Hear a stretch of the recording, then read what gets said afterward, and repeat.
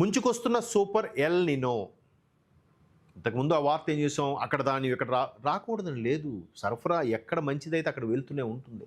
Spread చేయాలి. తెలుగు రాష్ట్రాలే యావత్ భారతదేశానికి అత్యంతగా అంటే అన్నపూర్ణ పేరు తెలుగు రాష్ట్రాలకి కదా. మరి అన్నిటి అక్కడికి వెళ్ళి చేయడం వల్ల వాళ్ళు ఏమనుకుంటారు, అరే మా దగ్గర పండే బియ్యం ఇప్పుడు పంజాబ్లో పండిస్తారు, రాజస్థాన్లో పండిస్తారు, దానికన్నా ఆంధ్రప్రదేశ్ తెలంగాణలో పండిన ధాన్యానికి ఎక్కువ బియ్యానికి ఎక్కువ ప్రాధాన్యత ఉంది. అంత మాత్రాన వాళ్ళు పక్క రాష్ట్రాల నుంచి వచ్చేస్తున్నాయి ధాన్యం, మాకు అన్యాయం జరిగిపోతుందని పంజాబ్ వాళ్ళు ఏమని అంటున్నారా? కాదు కదా. సో అది పక్కన పెడితే అలాంటి పరిస్థితులు ఇవన్నీ పక్కన పెట్టి, అరే దానికి కూడా పంటకి పండుకి కూడా ప్రాంతీయ విభేదాలు, ప్రాంతీయ విద్వేషాలు రెచ్చగొట్టద్దు బాబు ప్లీజ్. ఇక్కడ చూడండి, అలాంటి పరిస్థితుల్లో ముంచుకొస్తున్న సూపర్ ఎల్ నినో, మనకు కరువు రావచ్చు. ఎన్విరాన్మెంటల్ సైన్సెస్ సంబంధించిన విశ్లేషకులు, సైంటిస్టులు ఒక అంచనా వేశారు. ప్రతి ఒక్కరూ జాగ్రత్తగా ఉండాలి. ఇక్కడ భూమిపై అత్యంత శక్తివంతమైన ఎల్ నినో ఈ ఏడాదిలో ఏర్పడవచ్చని శాస్త్రవేత్తలు హెచ్చరించారు. దీన్ని సూపర్ ఎల్ నినోగా వారు అభివర్ణిస్తున్నారు. ఇది జూన్ నుంచి ప్రారంభం కావచ్చని అంచనా వేస్తున్నారు. దీనివల్ల ప్రపంచవ్యాప్తంగా వాతావరణ పరిస్థితులు మారిపోతాయని, ఉష్ణోగ్రత భారీగా పెరగొచ్చని, ఋతుపవనాలు అసాధారణంగా ఉండొచ్చని భావిస్తున్నారు. మే నెలలో ఎల్ నినో ఏర్పడుతుందని, ఆగస్టు నాటికి బలపడుతుందని European Centre for Medium Range Weather Forecast అంచనా వేసింది. ఆగస్టులో సూపర్ ఎల్ నినో ఏర్పడే అవకాశం 22% ఉందని, స్ట్రాంగ్ ఎల్ నినో ఏర్పడడానికి 80%, ఒక మోస్తరు ఎల్ నినో ఏర్పడడానికి 98% అవకాశాలు ఉన్నాయి. మొత్తం మీద ఈ కరువు అనేది మాత్రం ఎంటర్ అవబోతుంది. మీరు అబ్జర్వ్ చేయండి, ఇప్పుడు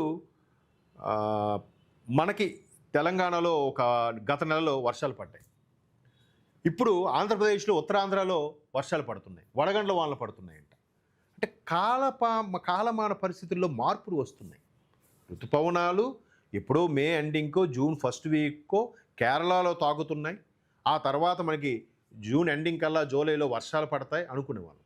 ఇప్పుడు ఈసారి మేలోనే వర్షాలు పడొచ్చట. మారిపోతున్నాయి. బెస్ట్ ఎగ్జాంపుల్ ఇంకా చెప్పాలంటే, బెంగళూరు మహానగరానికి రోజు సాయంత్రం అయితే చిన్న చినుకులు పడేవి. అందుకే సౌత్ అంతా వేడిగా ఉన్న ఒక్క బెంగళూరు నగరాన్ని చాలామంది ఇష్టపడేవారు. నార్త్ ఇండియన్స్ ఎక్కువ మంది అక్కడ స్థిర నివాసం ఏర్పరచుకోవడానికి, ఐటీ ఎక్కువగా అభివృద్ధి చెందడానికి కూడా ఒక రీజన్ అది. అలాంటి బెంగళూరు ఇప్పుడు తాపంతో రగిలిపోతుంది. చినుకు అనేది పడట్లేదు. ఎందుకు? పొల్యూషన్, కాలుష్యం. హైదరాబాద్ కూడా ఇక్కడ ఉంటే అసలు చెమట ఎక్కేది కాదు. హ్యూమిడిటీ ఎక్కువ ఉంది, గాలిలో తేమ శాతం ఎక్కువ ఉంటుంది, రాదు అని ఏదో చెప్పేవారు. కానీ ఇక్కడ కూడా ఇప్పుడు చెమట పడుతుంది. పరిస్థితులు మారుతున్నాయి. ఈ నేపథ్యంలో పసిఫిక్ మహాసముద్రంలో నీరు అసాధారణంగా వేడెక్కడాన్ని ఎల్ నినో అంటారు. ఇది జరిగినప్పుడు ప్రపంచవ్యాప్తంగా గాలుల దిశ మారి వాతావరణంలో ఊహించిన మార్పులు వస్తాయి. సముద్రపు నీటి ఉష్ణోగ్రత సగటు కంటే 2.5 డిగ్రీలు ఎక్కువ నమోదైతే దాన్ని సూపర్ ఎల్ నినోగా పరిగణిస్తారు. అసలు పసిఫిక్ మహాసముద్రంలో అతిపెద్ద సముద్రం పసిఫిక్ మహాసముద్రం. అంత పసిఫిక్ మహాసముద్రంలో నీరు వేడెక్కితే అసాధారణంగా అప్పుడేమవుద్దంట, దాన్ని ఎల్ నినో అంటారు. సముద్రపు నీటి ఉష్ణోగ్రత సగటు కంటే 2.5 డిగ్రీలు ఎక్కువగా నమోదైతే దాన్ని సూపర్ ఎల్ నినోగా పరిగణిస్తారు. ఐరోపా, అమెరికా వాతావరణ నమూనాల ప్రకారం ఈసారి ఉష్ణోగ్రతలు ఆ స్థాయిని దాటే అవకాశం ఉంది. సో అధిక ఉష్ణోగ్రతలు అవుతాయి, వర్షపాతంలో మార్పులు వస్తాయి, సముద్రంలో కూడా తుఫాన్లు వస్తుంటాయి, హరికేన్లు వస్తాయి. అలాగే వర్షపాతం తగ్గిపోవడం వల్ల మధ్య ఉత్తర భారతదేశంలో కరువు సంభవించే అవకాశాలు ఉన్నాయి. కానీ మన దగ్గర వీటన్నిటికి కూడా ఒక ప్రత్యామ్నాయం ఉంటుంది. మన దగ్గర యజ్ఞయాగాదులు అనే కాన్సెప్ట్ ఉంది. సో ఈ యజ్ఞయాగాదుల ద్వారా కొంత కరువుని అధిగమించవచ్చు. మరి అబ్జర్వ్ చేయండి, ఎంత శాస్త్రవేత్తలు ఎన్ని చెప్పినా కూడా యజ్ఞయాగాదులు చేసి చివరి రోజు క్రతువు ముగిసే టైంకి విపరీతమైన కుంభవృష్టి పడుతుంది ఆ ప్రాంతంలో. మరి దాన్ని ఏ సైన్స్ ఎలా ప్రూవ్ చేసింది అంటే, ఈ హోమం చేసేవన్నీ పైకెళ్ళి మేఘాలు ఏవో చెప్తాడు. మనం అంత అఖండ ఆకాశంకి హద్దే లేదు కదా. ఆకాశాన్ని అంటే అనంతంగా చెప్తాం. దానికి ఈ చిన్నపాటి హోమము, ఈ పొగలతో అంత కుంభవృష్టి అయిపోతుందా? ఎక్కడో వచ్చిన మేఘం వర్షించేస్తుందా?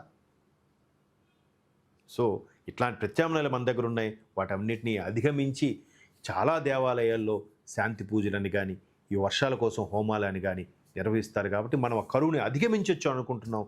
కానీ కలికాలంలో దుర్మార్గులు ఎక్కువైపోయారు. హోమ బొంగేం కాదు, చెట్టుని పుట్టని పూజిస్తారా, మా దేవుడిని పూజించి అనేవాడు ఒకడు. ట్రాష్ ఇవన్నీ కాదు, మేము ఎంతసేపు చంపుకుంటాం, నరుక్కుంటాం, మా మత యుద్ధాలు ఇలాగే చేస్తాం అనుకునే వాళ్ళు ఎక్కువైపోవడం వల్ల వాటన్నిటికీ ప్రాధాన్యత సంతరించింది. పైగా నాస్తికులు ఒకటి ఎక్కువ మన సనాతన ధర్మంలో, వీళ్ళందరూ ట్రాష్ అంటారు. కానీ దాని వెనుక సైన్స్ ఉంది, అది అర్థం కాదు, చెప్పినా బుర్రకెక్కదు వాళ్ళకి.